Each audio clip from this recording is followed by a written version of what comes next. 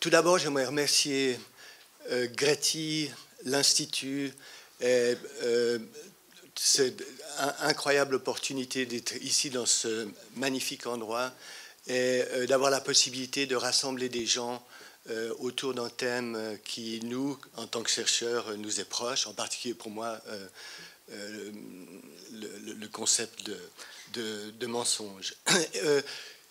Ce qui est assez extraordinaire, moi ça fait 30 ans que je fais de la recherche dans le monde académique et j'espère que vous vous rappellerez de cette journée comme étant une journée vraiment interdisciplinaire où j'ai essayé de ramener non seulement des gens de philosophie, de psycho, sociologie et des neurosciences, mais aussi des artistes. C'est-à-dire que de donner un peu un corps plus réel à nos cogitations intellectuelles. Donc on va voir ce qui va se passer, mais je pense que c'est quelque chose, en tout cas pour moi, qui est neuf et je suis très excité à cette idée. Donc bienvenue.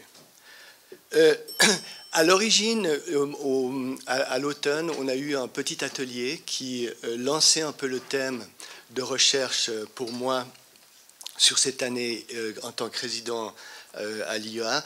Et essentiellement, j'ai proposé une réflexion autour de 7 questions que j'ai reproduites ici, qui devraient guider un petit peu la réflexion, en tout cas ma réflexion pendant mon séjour parisien.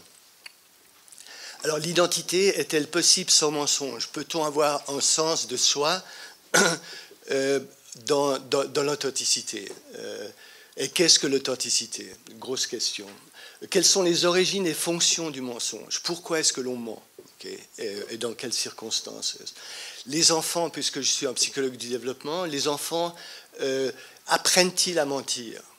Est-ce qu'il y a une propension naturelle à mentir?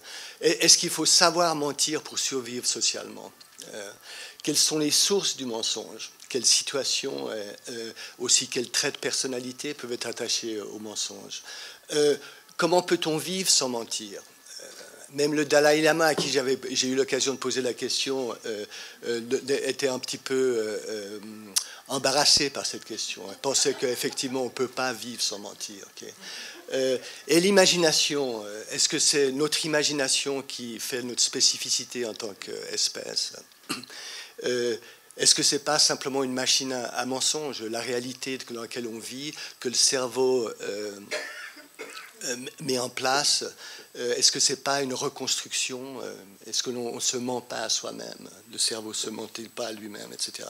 Donc ça, c'était cette question qui guidait un petit peu la réflexion. Et on va y revenir, bien sûr, au cours de la journée. Alors, qu'est-ce que le mensonge? Il s'agit tout d'abord d'aller dans le dictionnaire et regarder. Ça vient du latin, d'après ma lecture, d'après mon dictionnaire, mentiri, décevoir, tromper, contrefaire, imiter, copier le même effet. Et mens, esprit, imagination. Et puis dans le littré que j'ai consulté, j'ai relevé, parce que mentir, c'est imaginer. Donc il y a toujours ce rapport entre l'imagination, l'imaginaire et le mensonge. Okay.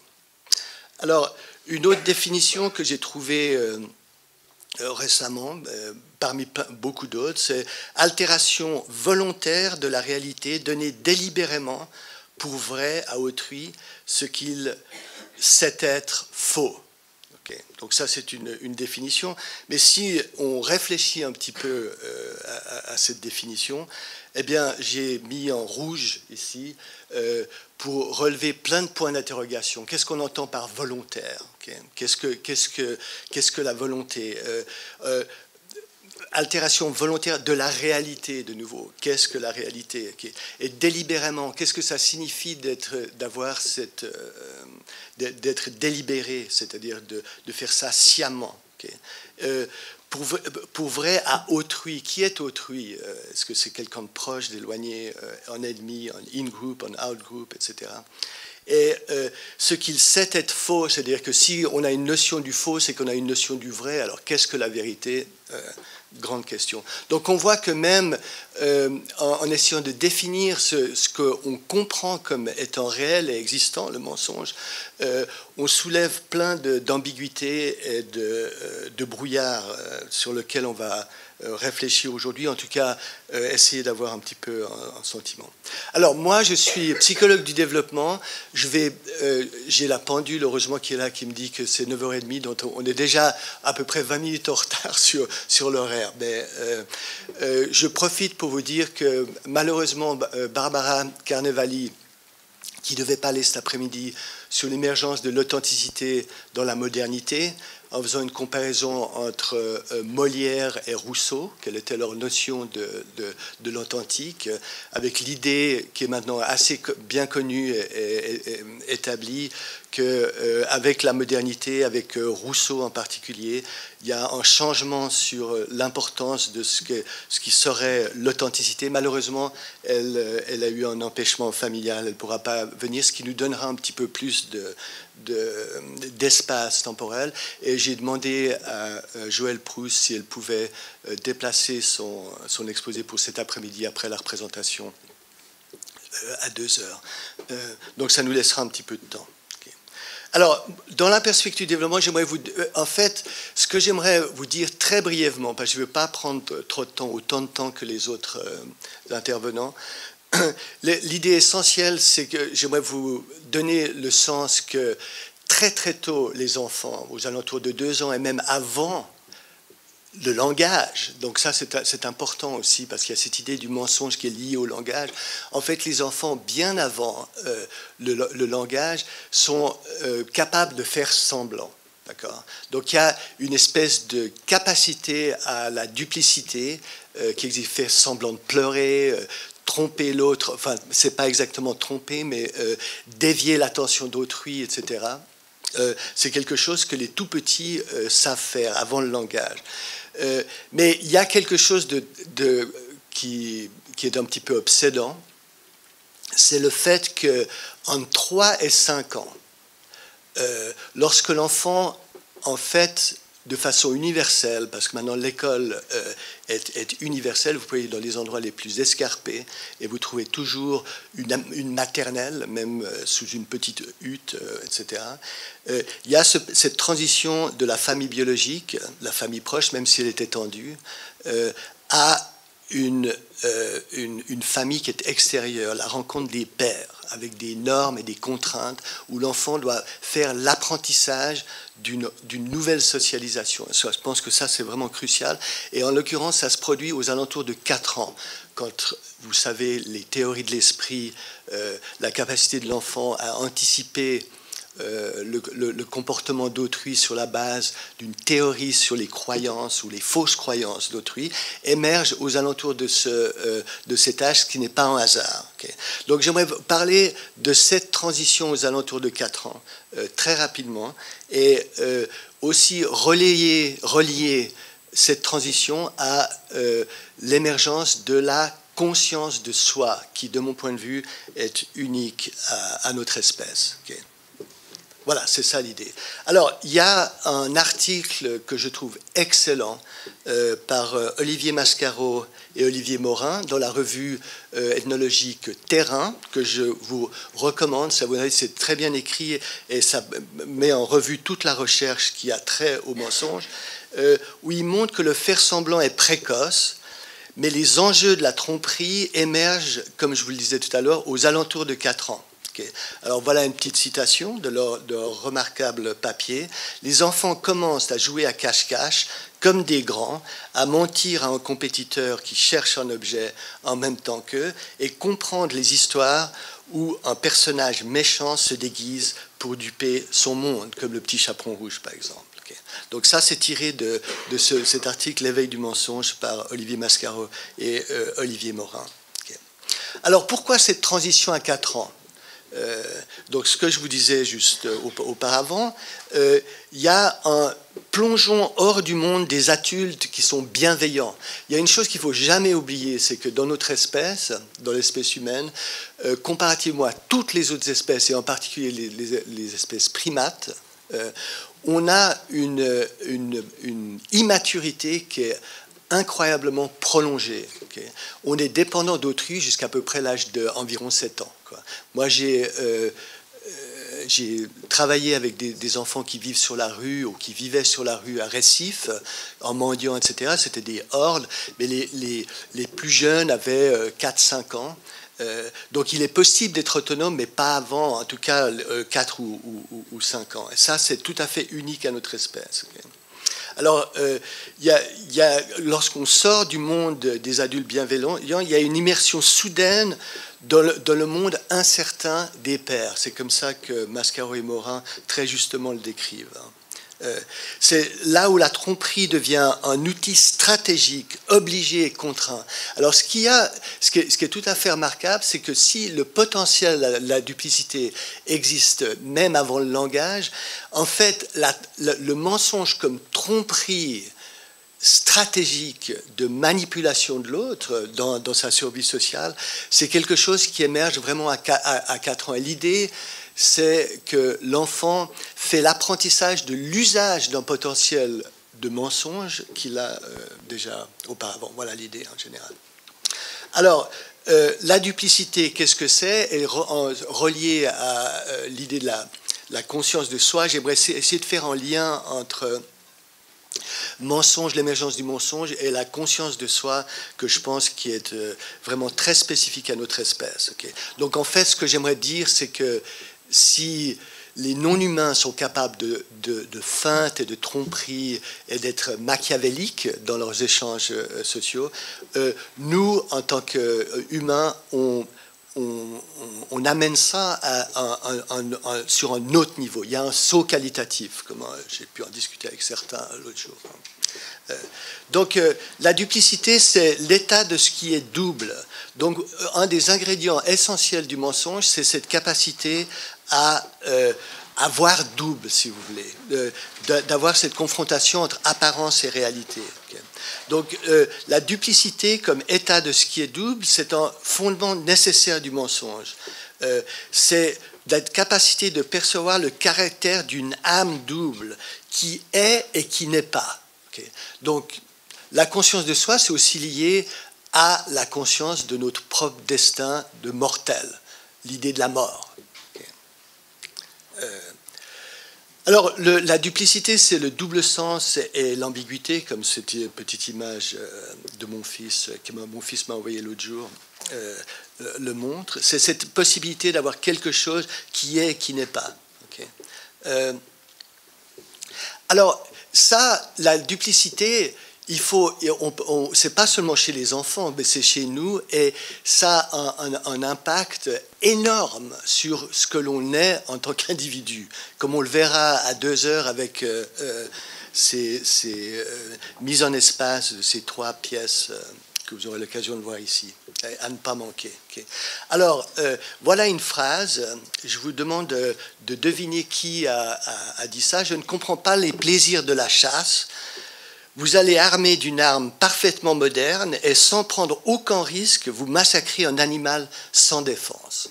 Okay. Qui a dit ça? Adolf Hitler. Okay. Qui, par ailleurs, était végétarien. Okay. Et c'est en fait là-dessus que je suis en train d'essayer d'écrire, en partant sur cette idée que Hitler était végétarien et qu'est-ce que ça signifie. En fait, ça amène à réfléchir beaucoup sur le problème du mensonge et de la duplicité et les conséquences que ça peut avoir aussi. Okay. Alors, très vite, conscience de soi et tromperie. Donc, il y a ce qui serait des ingrédients à ce lien entre la conscience de soi et la tromperie, qu'il y a quelque part l'émergence ou l'apprentissage de l'ambiguïté et de l'apparence multiple des choses, la duplicité, qui est quelque chose qui est présent très tôt, mais qui se développe, comme Piaget a pu le montrer. Et c'est en fait l'émergence d'une compréhension de la double face des choses, en commençant par soi, en relation avec les autres. Hitler était végétarien. Okay. La conscience de soi comme fondatrice du mensonge, le sens de soi comme un autre ou représenté par l'autre est le sens de soi vu par l'autre. Ce qu'en anglais on appelle self-consciousness, ce sentiment d'être pris sous les phares de l'autre, le regard de l'autre. Il n'y a pas d'équivalent en français malheureusement.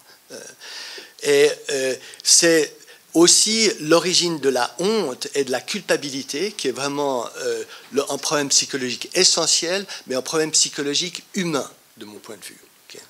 Et je dirais que contrairement aux autres animaux, l'homme contemple les conséquences de sa tromperie, ce qui fait que la feinte de l'animal et la tromperie humaine ont des statuts différents. Être conscient de soi, c'est avoir une perspective dans un espace qui est moral, comme le philosophe Charles Taylor parle de l'espace moral. Et en fin de compte, se constituer une identité, prendre conscience de soi et devenir stratégique au niveau de la tromperie, en fait, c'est marqué par le fait qu'on adopte une perspective dans un monde moral. Donc la tromperie, l'idée générale, je vous lance ce message, de mon point de vue, le mensonge humain, il a cette caractéristique qu'il s'inscrit dans un espace moral qui n'est pas équivalent chez les autres espèces animales. Okay. Alors la reconnaissance dans le miroir, je vais aller très vite. Il y a ce phénomène que j'ai étudié pendant pas mal de temps. Vous connaissez le test du miroir, on marque l'enfant surrepticement et ensuite on le confronte à son image spéculaire. Et la question, c'est de savoir s'il va aller directement prendre ou toucher la tache qu'il remarque sur son visage. Il est surpris. Et le passage de test, c'est quand il y a cette référence, cette directe de que ce que l'enfant voit dans le miroir, en fait, il arrive à l'appareiller avec sur le corps propre, sans autre guidage visuel direct. Okay. Mais ce qui est tout à fait remarquable, par ailleurs, beaucoup d'autres espèces animales réussissent ou passent le test du miroir, mais ce qui est tout à fait unique chez l'humain, ce qu'on a pu documenter, c'est que en fait, en plus de passer le miroir, ils expriment de la honte, de l'embarras ou de la gêne. Je vais vous montrer quelques vidéos. Okay. Et ça montre bien que ce que l'enfant voit dans le miroir, c'est pas seulement lui, mais c'est comment lui est perçu par les autres. Donc ça crée cet espace de conscience de soi qui laisse entrer ou qui donne la possibilité de l'émergence de la tromperie dans un espace moral, parce que la honte et la culpabilité, bien sûr, s'inscrit dans un espace où il y a le regard d'autrui qui est pris en compte, et l'évaluation. Alors voilà, par exemple, une petite fille de 2 ans et demi qui va passer le test du miroir, mais elle ne va pas simplement passer le test du miroir en allant prendre la marque sur le front qu'elle remarque maintenant. Le miroir est soulevé, elle va prendre donc elle passe le test, mais elle s'effondre. Et les psychologues ont très peu traité de l'expression émotionnelle et le masquage aussi, que ici c'est l'effondrement, le fait de se cacher le visage, etc. Voilà une autre petite fille qui passe le miroir, mais cette fois-ci, elle va tromper son monde d'une façon un peu différente. Voilà. Alors, il y a un livre qui s'ouvre avec 2 miroirs à l'intérieur. La petite fille se voit dans le miroir. Je me vois, je me vois. Et écoutez maintenant ce qu'elle va dire. Elle passe le test. Je m'excuse. I'm sorry. Okay. Et elle commence à jouer à la maline, à être consciente d'elle-même. Elle perd son naturel, d'accord? Donc là, il y a du masquage. C'est une autre façon de manifester de l'embarras, qui n'est pas de l'effondrement, mais au contraire, de faire front à cet embarras en le masquant. Ça, c'est vraiment la conscience de soi. Le fait que l'enfant, quand il se voit dans le miroir avec cette marque, c'est pas seulement qu'il se voit lui, mais il se voit lui au travers du regard évaluateur de l'autre, donc l'espace moral. Alors, quand on parle du mensonge, on ne peut pas ne pas parler de la honte. Ici, c'est cette image de... Alors, il y a quelque chose, et j'aimerais terminer là-dessus, pour vous montrer que de l'ambivalence et l'ambiguïté avec l'émergence du mensonge et de la tromperie systématique, ce qui est ce qui est un véritable paradoxe qui, moi, m'intrigue beaucoup, et je pense dit beaucoup sur notre nature humaine, c'est que lorsque l'enfant commence à devenir équitable et avoir des critères très stricts des principes d'équité, eh bien, parallèlement, il devient aussi capable de tromperie stratégique et du mensonge. Et il semble que le mensonge et les attitudes prosociales de normes d'équité, en fait, se développent main dans la main. Elles sont inséparables. Et on a tendance toujours à séparer l'empathie de son inverse et de développer les aspects prosociaux chez l'enfant, alors qu'en fait, avec le développement de ce qu'on appelle l'empathie prosociale, une façon de voir, eh bien, il y a l'émergence aussi plus diabolique du mensonge qui vient parallèle. Alors, je vais vous montrer quelques exemples très vite qui en disent long, je crois. Voilà une petite fille qui doit partager un nombre impair de bonbons entre deux poupées, okay, à droite et à gauche. Deux à droite, deux à gauche,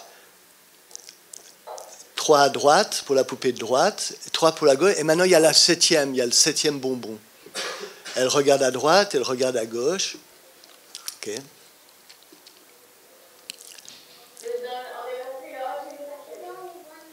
J'ai besoin d'un de plus pour être équitable.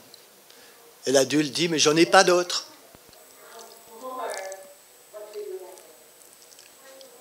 Donc c'est une étrangère et dans un endroit complètement nouveau. Ok.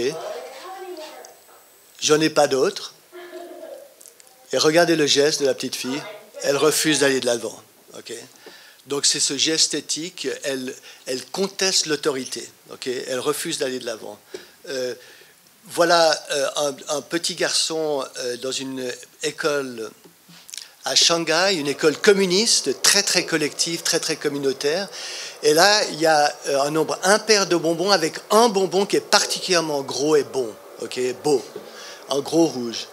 Et l'enfant commence avec cet objet qui a de la valeur, qui est unique. Et elle doit le partager entre lui et l'expérimentatrice qui lui fait face. Okay.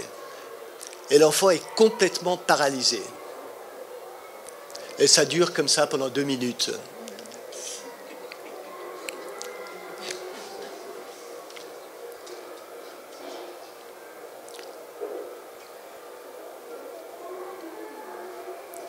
C'est l'impossibilité de générer de l'inéquité, okay, qui est prise en compte.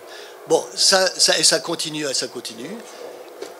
Voilà un autre exemple d'une petite fille qui doit partager un nombre impair, 9 biscuits entre deux poupées. On l'a dit, donc elle le fait un par an.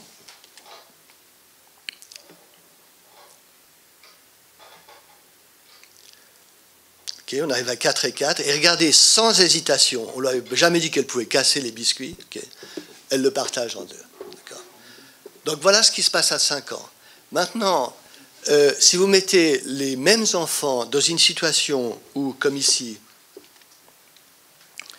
il y a l'expérimentatrice construit une pyramide avec des gobelets, elle lui dit « J'adore cette sculpture, je veux la prendre chez moi, je vais aller à la maison, je vais aller chercher de la colle, et je reviens, tu ne touches pas, hein, je reviens tout de suite, je vais chercher de la colle. » Donc l'expérimentatrice part et regardez le changement d'attitude quand l'enfant est seul. Okay.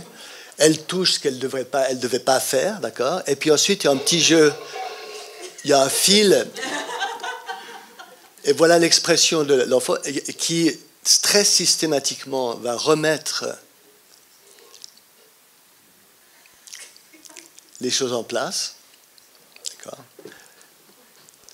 Ensuite, va se replacer dans la position initiale. Donc, il y a l'espèce de dressage du corps. Donc, voilà, elle se remet en place. L'expérimentatrice revient, dit « Tout va bien, tu n'as pas touché ?» Elle va dire « Non. » Okay.